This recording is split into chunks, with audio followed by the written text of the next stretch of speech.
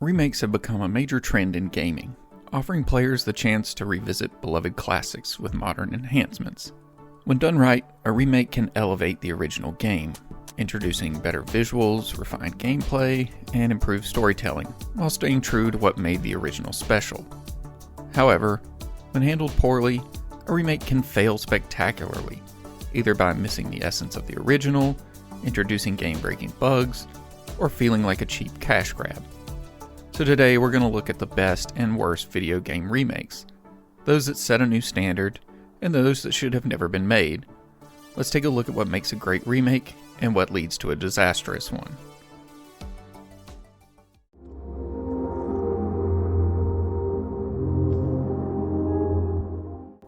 Few games have had as much of an impact as Resident Evil 4, originally released in 2005. When Capcom announced a remake, fans were both excited and nervous. Could the remake capture the magic of the original while modernizing it for today's audiences? The answer was a resounding yes. Capcom took Resident Evil 4 and rebuilt it from the ground up, maintaining the core gameplay while refining everything from visuals to mechanics. The graphics were vastly improved, taking advantage of Capcom's RE engine to create stunning environments, enhanced lighting, and more detailed character models. The game also introduced modernized controls, making movement and aiming smoother while keeping the tension high. Beyond visuals, the remake expanded upon the story, fleshing out character interactions and adding more depth to side characters like Luis and Ashley. The game also included new enemy behaviors, making encounters more unpredictable and forcing players to adapt in new ways. The iconic set pieces, from the village ambush to the castle siege, were faithfully recreated but with a fresh twist, ensuring that even veterans of the original were kept on their toes. The Resident Evil 4 remake is an example of how to respect a classic while improving upon it. By keeping the spirit of the original intact while modernizing its mechanics, Capcom delivered one of the best remakes in gaming history.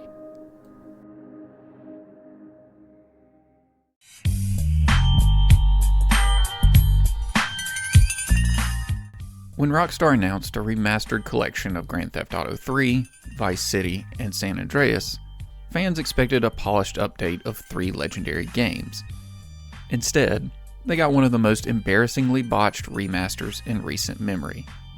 Rather than remaking the games from scratch, Rockstar outsourced development to Grove Street Games, which used AI upscaling and automation instead of carefully reconstructing assets. This led to numerous visual errors, including characters with bizarre proportions, misspelled signage, and a general loss of artistic direction. The once iconic visuals now look cheap and inconsistent. The visuals were not the only issue, though. The remaster was plagued with technical issues, including frequent crashes, broken physics, and poor AI behavior. The rain effects were particularly infamous, with opaque white streaks that made it nearly impossible to see. To make matters worse, many of the original cheat codes were removed, further alienating longtime fans. Worse yet, Rockstar removed the original versions of the games from digital storefronts, forcing players to either buy the broken remasters or miss out entirely.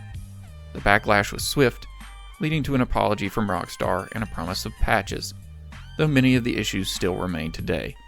The GTA Trilogy Definitive Edition serves as a cautionary tale of what happens when a remake is rushed, handled by the wrong team, and released without proper quality control.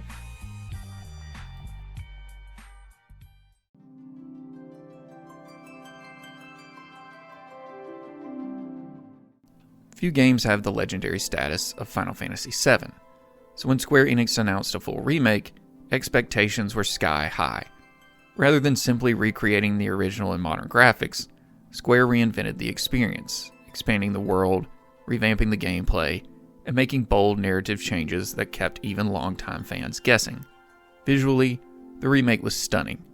Midgar was fully realized, no longer just a collection of static backgrounds, but a living, breathing city. Characters were more expressive than ever, with detailed animations and voice acting that brought them to life in a way the original never could.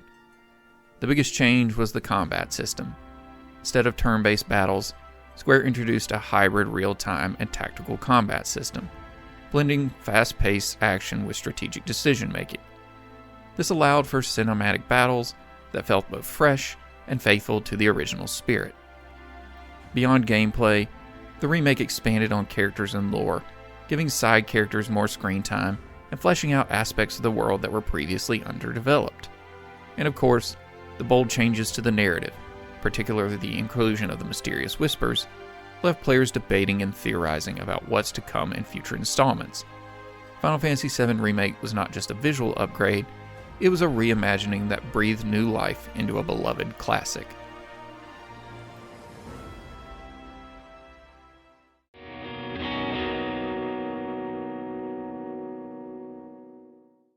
Konami's Silent Hill series is one of the most beloved horror franchises of all time, and when the Silent Hill HD collection was announced, fans were eager to experience Silent Hill 2 and 3 with updated graphics. Unfortunately, the collection was a disaster. Instead of using the original source code, Konami gave the project to an external studio, which only had incomplete versions of the game's files. As a result, key assets were missing, forcing developers to recreate elements from scratch, leading to poorly remade textures, awkward animations, and broken audio. One of the most infamous changes was the voice acting. Rather than keeping the original, Konami re-recorded all the dialogue, and while Silent Hill 3 allowed players to switch back to the original voices, Silent Hill 2 did not, robbing the game of its iconic performances. To make matters worse, the fog effects were completely broken, revealing unfinished environments that were never meant to be seen. Even on a technical level, the Silent Hill HD collection was a mess, suffering from frame rate issues, audio glitches, and input lag.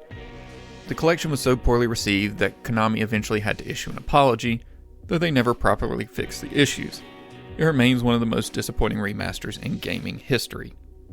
In the time since this disastrous collection was released, Konami gave fans the fantastic Silent Hill 2 remake. Let's hope they continue this work with a remake of Silent Hill 3.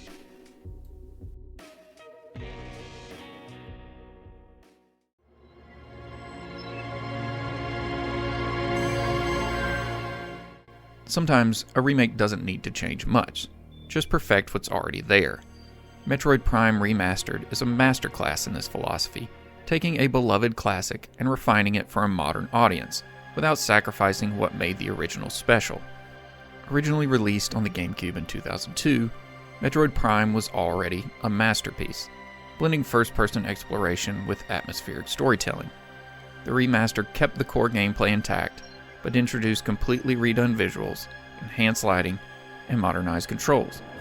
Players could now freely aim with dual-stick controls, making combat and exploration feel smoother than ever. More importantly, Metroid Prime Remastered respects the original's art style and atmosphere.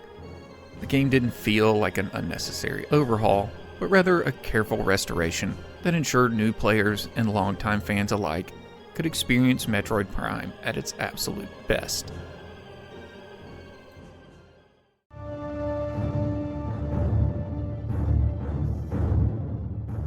Blizzard had a golden opportunity to bring Warcraft III, one of the most beloved real-time strategy games, into the modern era. Instead, we got Warcraft III Reforged, which became one of the most disappointing remakes of all time. Blizzard initially promised modernized graphics, updated cutscenes, and new voice acting. But upon release, players quickly realized that many of those promises had been broken. The new visuals were underwhelming, many cutscenes had been downgraded compared to pre-release footage, and the promised campaign improvements were almost non-existent. Even worse, Blizzard removed the original version of the game, forcing players to use the buggy and inferior remake instead. Where have we seen that before? Adding insult to injury, Warcraft III Reforged launched with numerous technical issues, including performance drops, UI problems, and missing features from the original. Features such as custom campaigns and a functioning ladder system, making the remake feel like a significant downgrade rather than an upgrade. The backlash was severe, and Blizzard was forced to issue refunds, but the damage to their reputation was already done.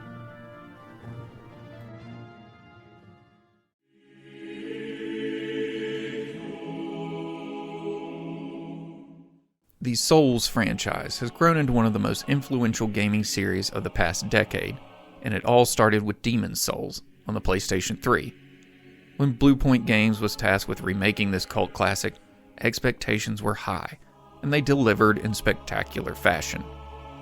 Rather than changing the core experience, Bluepoint faithfully recreated the original while enhancing the game with breathtaking visuals, improved animations, and new quality of life features. The environments had never looked better, with next-gen lighting and detailed textures that brought the eerie, atmospheric world to life.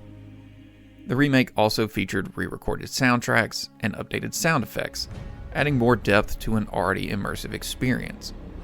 While purists worried that the game might lose its unique charm, Bluepoint ensured that gameplay remained authentic, keeping enemy behavior and level design nearly identical to the original. The Demon's Souls remake is a prime example of how a studio can update a game for modern audiences while respecting its legacy.